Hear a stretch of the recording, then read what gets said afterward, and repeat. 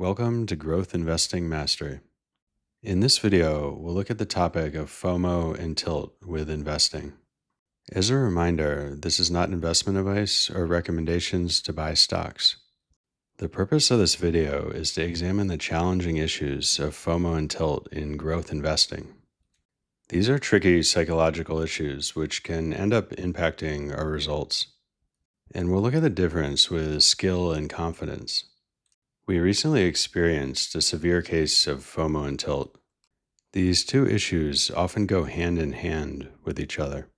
In my case, it's related to the company Applied Optoelectronics with symbol AAOI, as the company went on a massive run-up after I sold them. We'll examine the company and decide if it was variance or a mistake that I made. And we'll also examine if we should have done anything differently in this case. We'll look at the broader issue of solutions to dealing with FOMO, and then we'll take a look at our next actions after our deep dive here. The term FOMO technically means the fear of missing out. With investing, this usually manifests by having an interest or conviction in a stock and simply watching it rise from the sidelines. As the price increases, we may be thinking we should have gotten in here. The higher the price rises, the more likely it is to induce FOMO. This issue is most common with less experienced investors, but it still impacts experienced investors as well sometimes. Here's an example. We thought stock XYZ may be a good buy. We started tracking the price at $20 on our watch list. It then goes up to $25 and later moves up to $30. A beginning investor may think that if I was tracking it at $20, there's no way I can buy in now at $30. Now let's say the stock rises to $40 and it starts becoming the stock that got away. When the stock reaches $60, an associated issue of tilt may arise. And tilt is a term we're borrowing from the poker world. A good definition is it's a state of mental confusion or frustration where a player adopts a suboptimal strategy. We've talked before on the channel how an optimal strategy is the most effective strategy. So when we start tilting, we're not making our decisions effectively. Often in this state of tilt, the investor keeps checking the price. And each time the investor checks the price of XYZ, the frustration increases, and it can potentially reach a breaking point. The ideal solution here is to take a tiny starter position in XYZ, regardless of the price. And ideally, we would do that earlier on in the process, as the stock got up to $25 or $30 in the example. Taking this tiny starter position serves to immediately dissipate some of the FOMO and tilt. We get some benefit now if the stock rises, and we can reevaluate and learn more as we go. Let's now talk about our ideal conditions regarding this topic. Logically, we know a stock we do not own does not impact our results. And there's something that Saul said that stuck with me over the years. He wrote in his knowledge base, "You don't have to be right about the stocks you sell, just the ones you hold in your portfolio. It simply doesn't matter what happens to a stock after you sell it. The only thing that matters is what happens to the stocks you are holding." And then he emphasized, think about that. And we want to make sure we're holding the best growth names in our portfolio at any possible time. There will always be stocks breaking out and rising that we just missed. But if we are selecting stocks well over the long run, we will get superior returns. Let's talk about our ideal market conditions. We prefer a flat market where companies delivering results get rewarded and companies underperforming on earnings see their share prices decline. But the state of the market in March of 2026 is far from ideal for us. There's wild swings in the market, and rumors of new technologies send tech stocks in every direction. Strong earnings reports are often getting overlooked, with stock prices going down afterwards. And weak earnings reports are sometimes getting rewarded on the promise of the company's technology. This can be confusing for the investor. Stock prices are not lining up with earnings results like they typically do. And we want to remember that tilt is a state of confusion or a lack of mental clarity. The market producing confusing share prices can add to our individual confusion. In turn, this may impact our confidence, as it seems like nothing is making sense right now. Let's now talk about my state of tilt that I experienced recently. The company Applied Optoelectronics, with symbol AAOI, was a portfolio company back in September of 2025. We made a post about it on this YouTube channel, and we also posted on Saul's board introducing the company. The company reported earnings in early November of 2025, and the report looked mediocre to us.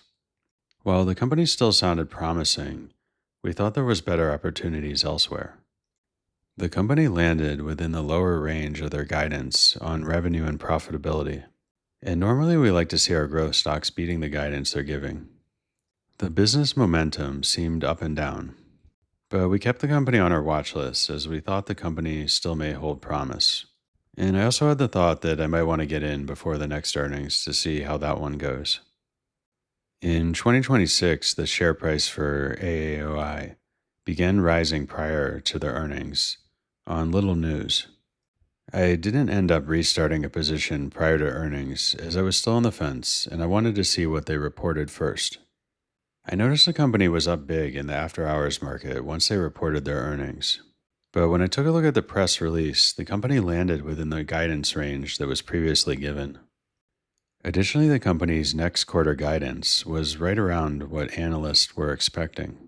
So it was kind of surprising to see the stock up maybe 30% after hours on this type of report. Yet the company kept rising day after day as I would see them on my watch list. And I got this almost nervous feeling about checking the report. I was wondering if I had missed something prior and what could possibly be in the report. Simultaneously, the market started going crazy on the copper versus optical narrative. Any company even associated with copper solutions was punished, and anything optical started skyrocketing. I knew I needed to check the report, and I was planning to take a starter position if the report was as good as the market thought. Yet the earnings report left me with significant questions, and I was wondering if the stock should have even risen this much. When I went on Twitter to see what people were saying about the stock, it seemed like everybody called it. There's lots of hype for optics and lasers now. But it left me wondering, where was everybody before?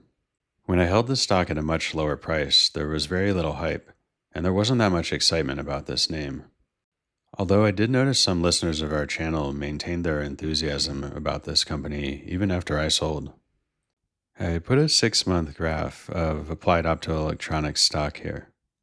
This gives a sense of how fast the run-up has been. Over on the far left in early September is when we started our position, around $30 a share. And then we sold the stock in November after the earnings, right around $25 a share. And then on the right side of the graph, you can see the run-up in the stock on heavy volume. And you can see the stock reach as high as $127 a share. That's about 5 times the price of where we sold this company. And this started giving us a thought, if only we had held on to this company, what our returns could be like for the year so far. Our strategy depends on getting outsized gains in individual names, and this one would have had a big impact. Let's now get into the topic of confidence and skill. Confidence and skill in investing are distinct concepts, and a lot of the ideas here are borrowed from Jared Tendler's The Mental Game of Trading. Skill is a more static measurement. It evolves over the years and does not change quickly. But our confidence can change rapidly based on our portfolio, market conditions, or even outside factors. There is one exception on skill where a very beginning investor can ramp skill quickly, but then it plateaus at some point. One important thing to note here is that a low-skilled investor can have high confidence, and a highly skilled investor can also be in a state of low confidence. We were already experiencing a bit of FOMO and tilt from Applied Optoelectronics. Meanwhile, it seemed like nearly every watchlist company we had overperformed after earnings, while a lot of portfolio companies went down. This ended up taking a pretty big toll on our confidence. I started questioning if I was selecting stocks well, or if I was missing something recently. To give a few examples, I had the company SanDisk with symbol SNDK on our watch list and earnings calendar. SanDisk was the first company on my earnings calendar to report in the season. I had planned to take a small starter position the day of their earnings, January 27th. Analysts were expecting a big step up in revenue, and it seemed to guarantee a strong press release for the company. But somehow I missed my calendar reminder. I took no position, and the stock shot up after its earnings report. And I'm really starting to sound like a novice investor now. I didn't follow my own plan, and I didn't start a position after the company had a strong report. I also had the thought that other hardware companies would do well in the earnings season, and we added to some of our existing names. Yet some of those names, like Astera Labs, saw their share price sell off after their earnings, on what we thought was a decent report at least. We also had watchlist companies like Lumentum with symbol LITE and Amprius with symbol AMPX shoot up significantly after their earnings. It seemed like every watchlist company I had did well with their stock price, and almost every company that I have in my portfolio is down. If we find ourselves in a state of FOMO and tilt like this, we want to work to get back to a more balanced and logical state of mind. One logical way to think about this is our watchlist overperforming is an encouraging sign in our selection process. I like an analogy here with fantasy football. Our bench players overperformed, but the players we started did not do well. However, we can still play those bench players next week if we think they're more promising than one of our starters. Let's now talk about the difference between variance versus mistakes. Variance has a complex or abstract definition, which often confuses people. So you may hear standard deviation from the mean, but it's not exactly intuitive what we're talking about. The easier way to think of variance is as our luck or our fortune. And we've got some poker hand analogies here that can help us think about these abstract concepts. These are some poker hands I played which will help demonstrate the concepts. In hand number 1, we're in a poker tournament that's near the bubble where players get into the money. I was at an aggressive table and not looking to gamble. There was an early position raiser and we got dealt 2 aces in middle position. We re-raised the initial raiser, and then they went all in. This was an easy call as we have the best starting hand in poker. Our opponent surprisingly has the hand 6-7 suited, and when the flop is dealt out, the board has 7-7-8. So our opponent's got 3 of a kind with the 7s. The last 2 cards are blank, and we're suddenly out of the tournament. This example is negative variance. We simply got unlucky here, and we would have not played the hand differently if we could do it again. In hand number 2, we're at the final table of a poker tournament with 8 players left. In this scenario, there's an early position raiser, and we look down at 2 queens. We re-raise and get all our chips in. It turns out our opponent has 2 aces, so we're a big underdog here. But the board comes out queen with 2 blank cards. We end up winning the hand, and we got super lucky here. This example is positive variance, and again we would have not played this hand any differently. There was no mistake here, even though we got our money in bad in this scenario. Let's now take a look at hand number 3, which is a bit different. We're in the early stages of a poker tournament, and recently our strategy analysis off the table showed that we were not bluffing enough in certain situations, and we got in a big hand with a complex situation on the river. We thought our opponent could have a missed flush draw, and I decided I'm just going to bluff this guy off his hand right now. But it wasn't a well thought out play, and our opponent held a full house. I'm out of the tournament now. This is an example of negative variance, but it's also a mistake here. It wasn't a well thought out or logical play, and I would have played it differently if I could. One important note here is if the player had actually folded, it still would have been a mistake. But if the player had folded, it would have been positive variance, as I would have won the hand. In poker versus investing, with poker it's much easier to determine if we got lucky or not. So in that hand number 1, where I had 2 aces versus 6-7 suited, the 2 aces are supposed to win 78% of the time, and the 6-7 suited is only supposed to win 22% of the time. In hand number 2, with 2 queens versus 2 aces, the 2 queens only win 18% of the time, and 2 aces is supposed to win 82% of the time. In these poker hands, we know objectively the percent we're supposed to win, but there's no way to control the outcome though. On the other hand, with investing, it's much harder to quantify or know the actual odds. The rule set and outcomes with poker are more well defined. Investing results can be impacted by an unlimited number of outside factors. Some of the more obvious ones over the past few years are interest rates, a pandemic, or war.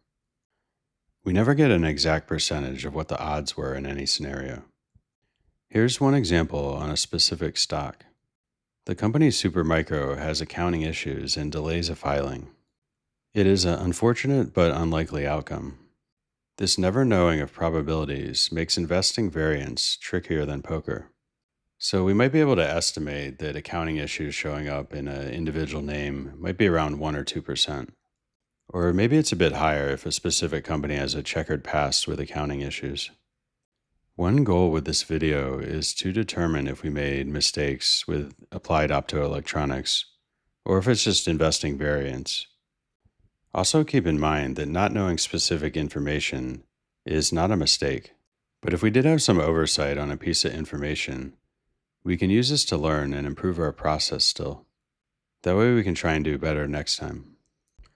Let's start looking back at Applied Optoelectronics and what we posted about this company. We made a post on Saul's board and on YouTube as well. I'll put those links in the description. Our YouTube post was fairly short, but it had these two passages about the company. I started off by saying, I just started a position in Applied Optoelectronics AAOI yesterday. Currently around 1.5%, as I learn more about this fast-growing optics manufacturer that sells in data centers and CATV. It's a 1.45 billion market cap company with revenue of 103 million in the latest quarter.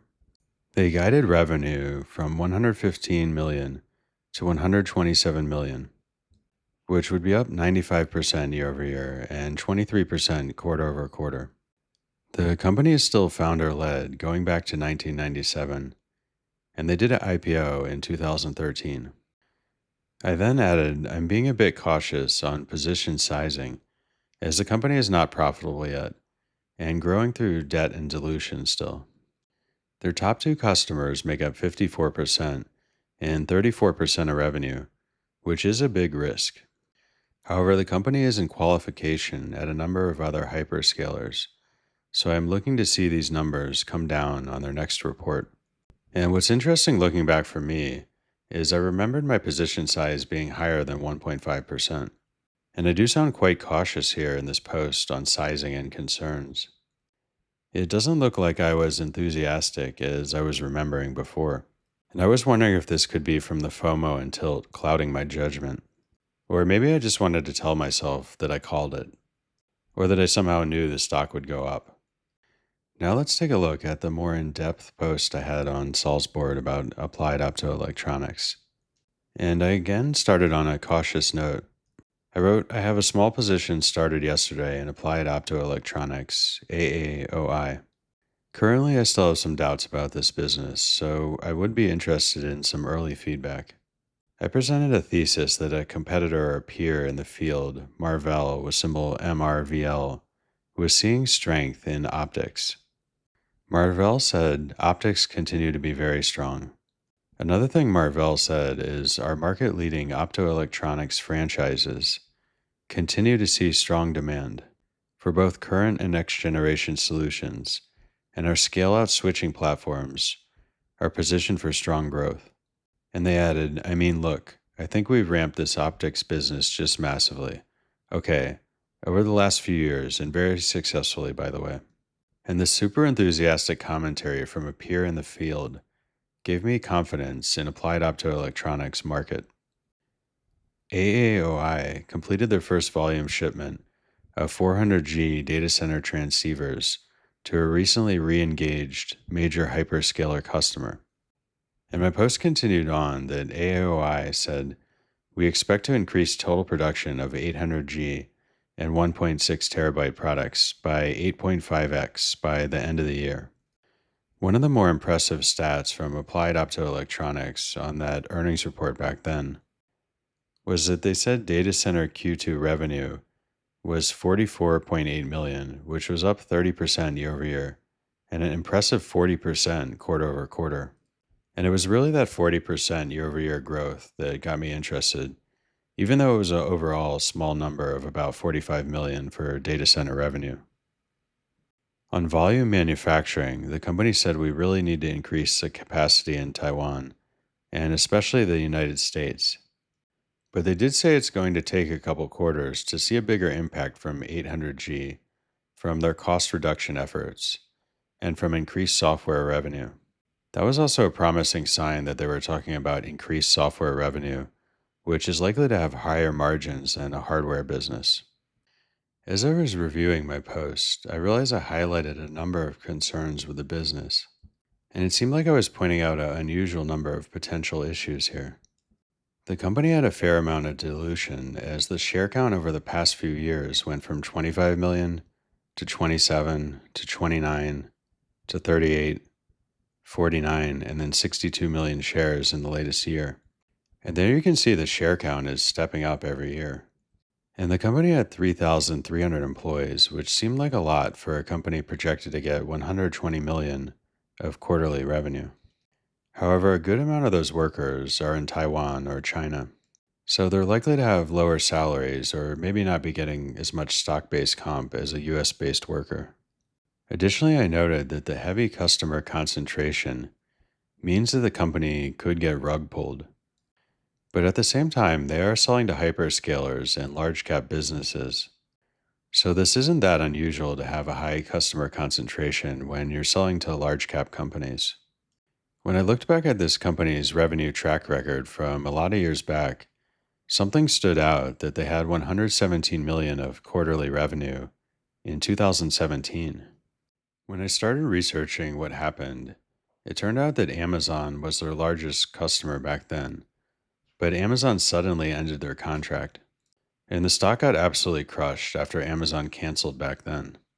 A few more concerns I had was that the company is unprofitable on a GAAP basis, and is still actually unprofitable on the latest quarter as well. The gross margins were around 30%, and this is a little bit on the lower side. Although many hardware companies do have lower margins, but we invest in some hardware companies that have over 70% margins. The company's balance sheet didn't look that great, but it wasn't terrible either. They had 65 million of cash and debt of 211 million. So debt did make up over 10% of their market cap back then. Although I remember thinking the company looked undervalued and probably should have a higher market cap. Lastly, I noted that I did not understand the product set too well. When I review all these concerns, it was a shocking discovery for myself. I simply was not as enthusiastic as I thought, and I'm almost surprised I did a dedicated write-up for this company. In my mind, I thought if I made a post about a company, it was probably a clear-cut case on buying in. And my current conclusion seems to be that the FOMO and the tilt clouded my mind, and I may have misremembered some details. I wanted to look back at my reasons for selling this company. So I went back and reviewed my November video summary and saw the reasons I gave for selling Applied Optoelectronics. The company had guided Q3 revenue to be from 115 to 127 million, and it landed at 119 million. And that was slightly below the midpoint of the guidance range. Additionally, on profitability, the company had guided adjusted net income from negative 5.9 million to negative 2 million. This came in at negative 5.4 million. And the profitability was right at the bottom end of the guidance range there.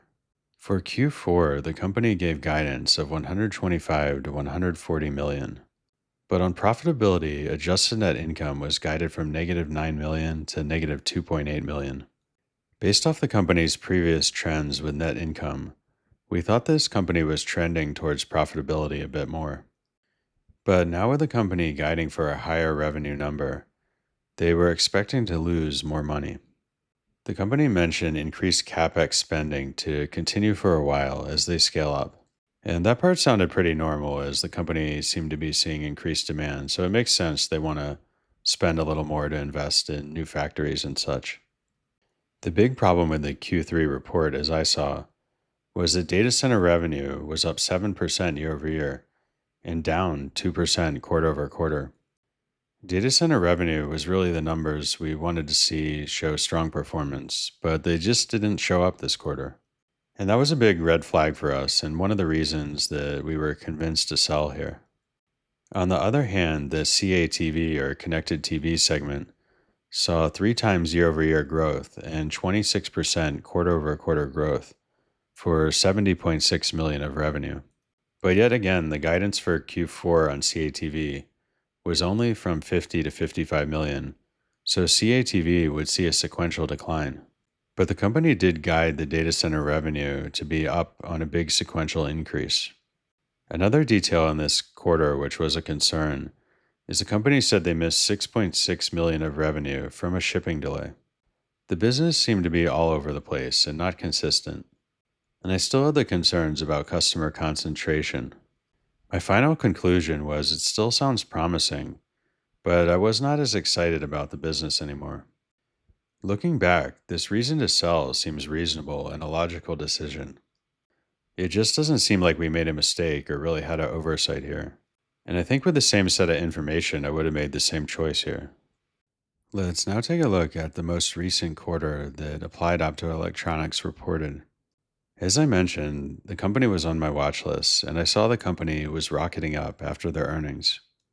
I checked out the company's latest press release on that earnings, and I saw that revenue had landed at 134 million in the quarter, when they had previously guided from 125 to 140. So revenue came in right in the middle of the guidance range, and it seemed like the market must be reacting to some other piece of information. Adjusted net income was guided from -9 to -2.8 million. This landed at -0.6. So they beat their profitability metrics, which is a good sign for this company.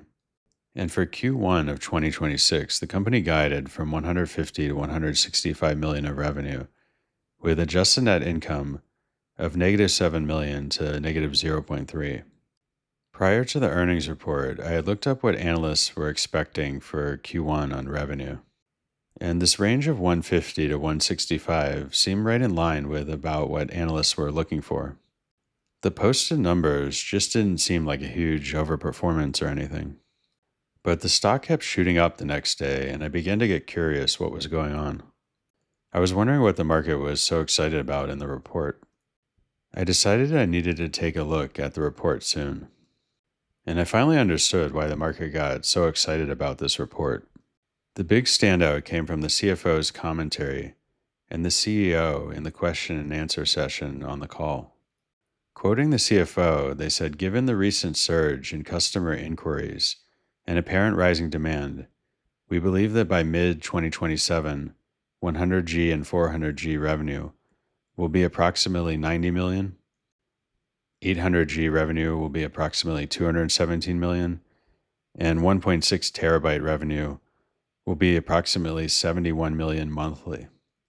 Altogether, this represents 378 million in monthly revenue for our transceiver products." The CFO continued, "However, we believe that customer demand is even larger than this. In order to accommodate this expected surge in demand, we plan to more than triple our laser manufacturing in Texas." One thing I found a bit strange was they were talking in monthly revenue. And this means we have to multiply by 3 to figure out the quarterly revenue. I also had to do a double take to make sure they actually said monthly and not quarterly. And the CFO did mention monthly twice, and they did reiterate that, so that seems correct for what they intended. If we multiply the 378 million by 3, we see they're talking about 1.13 billion of quarterly revenue by mid-2027. And that is an absolutely shocking number for a company that just got 134 million of quarterly revenue. But there was a huge caveat they gave. They said they needed triple manufacturing capacity. And that led me to have some extra questions. Let's now discuss a company giving an optimistic sales outlook. Many companies are hesitant to give even full year guidance, especially smaller companies that are a little less established. They may be relying on a few key customers like Applied Optoelectronics, and this makes it a bit hard to forecast properly. Yet Applied Optoelectronics gave us a specific monthly revenue number 1.5 years from now. Most management teams are cautious about their financial outlook. They look to undersell and overdeliver on results if possible. This is often a survival instinct of management teams, as over-delivering keeps your job. We can think of a workplace analogy. On Monday morning, your boss has an important task to complete this week, and maybe you think you can finish the task by Wednesday, but you want some cushion just to be safe. So you say you can complete the task by the end of the week. And this way, when you finish the task on Wednesday, then you've over-delivered. In the case of Applied Optoelectronics, this management forecast seems highly optimistic, with everything going right. Although something to consider here is that this is a founder-led business, and so there's less risk to have the board take action against the CEO in case of a missed earnings number. We may want to consider that the CEO or CFO may be on tilt themselves, and they may feel the business is doing well, but the share price is not rising for some reason. It can be frustrating they are not delivering shareholder value or seeing price appreciation. And this often leads to a management team coming out swinging with an optimistic forecast. I was also thinking about this optimistic forecast in comparison to a couple other companies that I own. There's a similar situation with the company Electrovaya, and they're scaling up for a new factory in mid to late 2026. This factory will double or triple their manufacturing capacity. And in one recent investor conference, an analyst asked about the 100% completion date and revenue predictions. And the CEO replied, predicting when 100% utilization rate, that's crystal balling. And in that case, the CEO did not want to commit to a specific timeline and potentially under-deliver versus that. There could be shipping delays or supply chain issues that could delay the timeline. And another company we own, Credo, has the opposite approach. They talk about what could go wrong or how they could run into issues, yet they're beating their actual guidance massively and over-delivering. Let's now talk about our concerns for Applied Optoelectronics on their latest quarter. I was open to starting a position again if the report was really strong, but my concerns started piling up as I looked into this report. The company had told us that they were making 90,000 units per month at the end of 2025. They also gave us the data point that 31% is US-based production, and they forecast they'll be making 200,000 units per month by mid-2026. They expect that to go up to over 500,000 units by the end of 2026. And my big question here is, can this company really more than 5x production in just 1 year? In the current quarter, the 800G revenue came in below our expectations, as management said, and the expectation was for only 4 to 8 million of revenue. The reason the 800G revenue came in below expectations was they said they're working with a customer on finalizing the firmware to ensure interoperability. That's expected to complete in March, but the 800G revenue was below expectations because of this firmware upgrade. The company mentioned they signed an agreement to lease an additional building in Sugar Land, Texas for expansion. They began construction on this property in the past month, and they're working hard to achieve targets, they said. But because they're just starting progress on this factory, I'm wondering how they have that much confidence that it will complete in time. The management team detailed how 1.6 terabyte products require different final testing, although it does overlap with 800G products. In the current quarter, the CATV segment came in at 54 million of revenue. They had guided for CATV to be from 50 to 55 million, so this was within the guidance range. But this number for CATV is up 3% year over year and down 24% quarter over quarter. One direct quote on CATV was, "If current momentum continues, and while it is still early in the year, we believe that it's feasible that we could generate nearly 300 million annually." Some of that language there doesn't inspire a lot of confidence. They said we still believe, and it's feasible, and that they could generate revenue of 300 million. So it sounds like even they might have some doubts, or this is a bit of a rosy prediction. Later, the company mentioned they plan to triple laser manufacturing in Texas. One more direct quote I was taking a look at. The management said, looking more broadly at 2026, while it's still early in the year, we expect to generate over $1 billion in revenue this year, with a non-GAAP operating profit of over $120 million. This revenue level is limited by our production capacity and supply chain, not market demand, which we believe is much larger. My take here was that it should be fairly obvious that their revenue level is limited by that production capacity and supply chain. But that's not a guarantee they can hit their targets. And there's plenty of hardware companies like Micron and SanDisk who are seeing way more demand than they can produce. Let's now check out some more concerns we had on the current quarter. Another direct quote was, "We believe this is an ambitious yet achievable target based on our customers' forecasts and what we know about the unprecedented investments that are being made in AI infrastructure." And so here they're mentioning this is an ambitious target, but they think it's achievable. In another part of the transcript, one analyst's question raised a concern for me. The analyst said, first, just a very quick clarification if I might.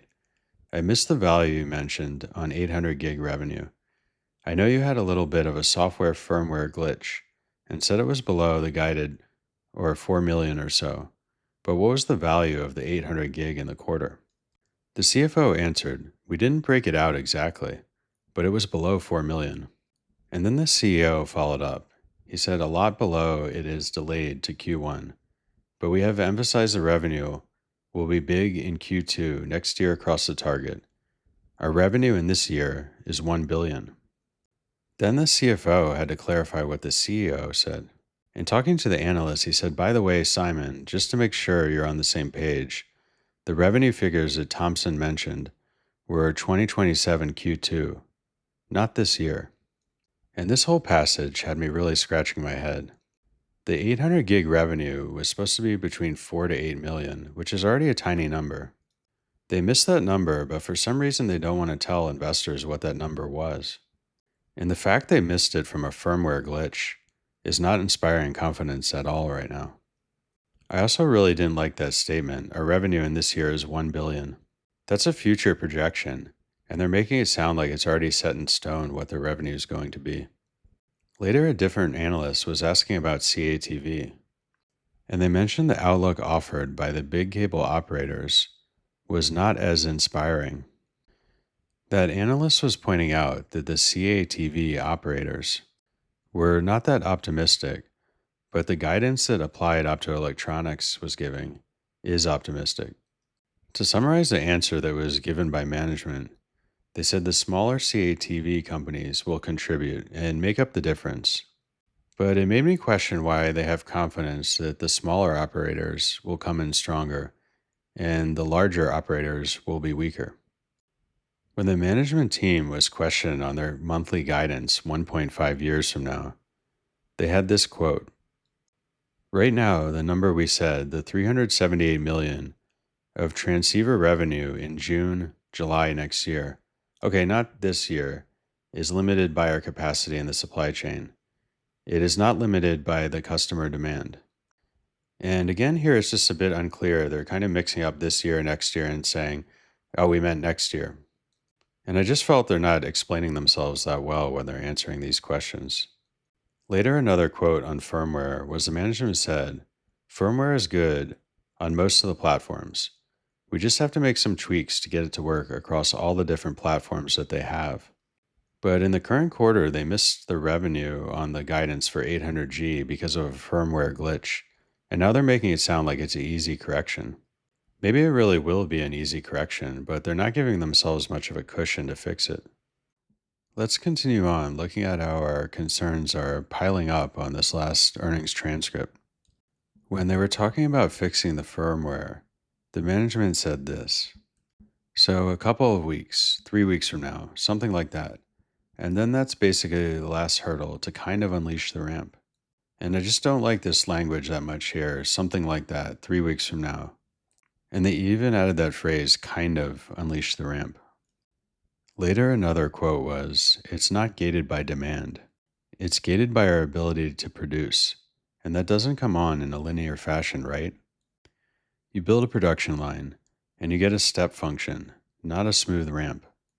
My commentary here is if it's not a smooth ramp and they know it's not going to be smooth, how are they able to give us an exact revenue number for 1.5 years from now? Management commenting on the ramp up, they said, "And right now it's limited by our capacity and the manpower and the supply chain. So that's why we are trying everything to ramp up. It takes time." They added further, "Same thing for the 1.6 terabyte transceiver for the June-July next year is still limited by supply chain. So that's a lot of issue we need to solve. And the other thing I can tell you, in the short term, we should receive more than 100 million of 800G transceiver within a few months. Maybe, I don't know, 1 month, 2 months, for sure less than 3 months. We should receive more than 200 million for 1.6T transceiver." And just one thing to point out, the CEO is not a native English speaker, so we're not going to hold grammar against him here. But still, some of this language does concern us, especially the part about 1 month, 2 months, or for sure less than 3 months. So it sounds like they're admitting they don't really know how their supply chain may impact their ability to produce. Later, the CEO even had to clarify that we don't buy transceiver, we make transceiver. The management team then detailed how they're just breaking ground on the new facility, and it's going to take time to catch up. It's just another phrase on the long list of concerns about catching up. One final item to point out, they said they're planning to triple production of laser devices made on indium phosphide. I didn't know anything about indium phosphide, and I went down a little bit of a rabbit hole with AI asking about this. It sounds like it's a material that has seen shortages recently, and there's only a few key suppliers providing it. It does seem like a decent sized risk for the company. Overall, I felt this long list of concerns made this far from a perfect earnings report. But I was expecting a near perfect earnings report to see the share price more than double this fast. A lot of times when a company has a big run up after a strong earnings, the report is simply phenomenal, a 10 out of 10. And sometimes we will find a report on a name where we have barely any concerns at all. In this case, I'm really questioning the company's production capabilities and if they could run into issues with their supply chain. Another topic I wanted to look at is a heads-up comparison of Applied Optoelectronics to one of our top holdings. We hold the company Credo with symbol CRDO, which we're really enthusiastic about. Since we stay fully invested, we have to look at the opportunity cost of holding one stock versus another. I was looking if I would want to sell shares of Credo significantly to put into Applied Optoelectronics now. Let's go through the list of the metrics we typically care about most when looking at stocks. On market cap, Applied Optoelectronics is 9.6 billion and Credo is 21.4 billion. So Credo is a little more than double the size in terms of market cap. With the revenue comparison, Applied Optoelectronics had 134 million of revenue, which is up 34% year over year and 13% quarter over quarter. Credo had 407 million of revenue, which is up 201% year over year and 52% quarter over quarter. Here we can see that Credo has about 3 times the revenue, but its revenue growth rates are significantly higher. On gross margin, Applied Optoelectronics came in at 31%, and Credo came in at 69%. It's another metric where Credo shows up superior to Applied Optoelectronics. And typically higher margins in a hardware business means that the company has pricing power with higher margins, and probably more innovation as well. On the measure of EBITDA, Applied Optoelectronics had negative 3 million in the latest quarter, while Credo had positive 156 million. And for net income, Applied Optoelectronics had negative 2 million, and Credo had 157 million of net income. When we look at the run rate price of sales or the valuation in terms of sales, Applied Optoelectronics came in at 17.8 and Credo at 13.1. So the valuation is a little bit better for Credo. But when we consider that Credo is outperforming significantly on revenue growth, gross margin, EBITDA, and net income, that 13.1 run rate of price to sales is looking quite attractive. On run rate price to earnings, Applied Optoelectronics is not GAAP profitable yet, so that's not a metric we can measure. Credo has a run rate PE of 34, which shows how they're delivering profitability to the bottom line. When we look at guidance, Credo guided revenue in the latest quarter from 335 to 345 million. It landed at 407 million. That was a very strong overperformance in terms of beating the guidance. On the other hand, Applied Optoelectronics just landed within their guidance range. And Applied Optoelectronics discusses what their revenue could be if everything goes right and they capture all the demand. On the other hand, Credo consistently gives a cautious outlook, highlighting issues that may come up. In this case, we prefer the company that's overperforming now with higher growth, margins, and profitability. Credo also has optical solutions as well. One of those products is called Zero Flap Optics. It solves an important reliability issue with optics. And Credo says this way outperforms commodity optics. I was asking AI more about commodity optics and if Applied Optoelectronics makes commodity optics. And the AI was pretty clear that Applied Optoelectronics is not a commodity-based optics provider. But their products do have much lower margins than Credo. This leads me to believe there's less innovation and less pricing power, as we mentioned. So I'm really finding it hard to make the case for swapping some Credo shares for Applied Optoelectronics. One thing I'm considering is that the market has already re-rated Applied Optoelectronics, and it's giving them a ton of credit for future results. Applied Optoelectronics is hitting all-time highs, and Credo is off about 50% from its all-time highs. We think there may be the chance that the market re-rates Credo later, as it understands their results a bit more. Let's now look at some conclusions and our strategy for moving forward. And even if we do make mistakes on a stock or the wrong decision, we have to keep moving forward. There is no easy way to just exit the market, especially if we account for capital gains taxes. And our strategy plans to stay fully invested no matter what. One key takeaway is that reevaluating a company multiple times can be challenging. We can end up contradicting our previous self or second guessing over and over. And I actually ended up taking a small tracker position in Applied Optoelectronics again, but then I sold them back a few days later. I'm still on the fence about the stock, and my judgment is clouded on this stock. And a big part of that reason is because of the FOMO and the tilt I was experiencing. For the listeners out there, it's best to draw your own conclusions here on this stock. Sometimes we get asked the question about copy trading, if it's fine to just buy the stocks I'm buying. And that strategy is basically okay for beginners if you're just learning. But more experienced investors will want to build their own conviction in their stocks. This ends up allowing the investor to have confidence in their portfolio. And our conclusion in the end here is it looks like we were just on the wrong side of variance.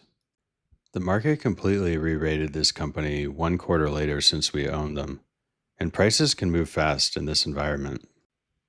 And we didn't have a really strong take on the copper versus optical narrative, at least until the market started getting concerned with this. So we can't really view our lack of knowledge there as some sort of mistake. When we looked back at our decisions on this stock, it didn't seem like we made a major mistake. And typically we like to see a stock post a really strong result before getting in, rather than trying to predict when the market may re-rate a specific company. When we took a look at the latest earnings report for Applied Optoelectronics, we felt the company is giving a best-case scenario outlook. That has concerns still, and we'd like to see the company deliver on some of its ambitious promises first. The stock price could potentially get hit hard if they run into issues at the new factory scaling up or the supply chain. That may present a compelling opportunity to re-enter the stock if the price goes down a fair amount. In the end, it doesn't look like we made an obvious mistake on this stock, but it's hard to know the odds like we discussed with Variance. The other thing that we discovered was that we were never super optimistic about this company. We want to avoid being harsh on ourselves for missing an opportunity. There are plenty of great companies out there, and we only need our portfolio companies to do well. But we'll keep working to improve our skill and focus on what we can control. This concludes our video on FOMO and tilt in investing.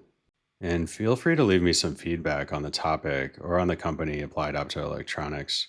And we always recommend for investors to make up their own mind about stocks. As a last reminder, this is not investment advice or recommendations to buy stocks. Thank you for listening.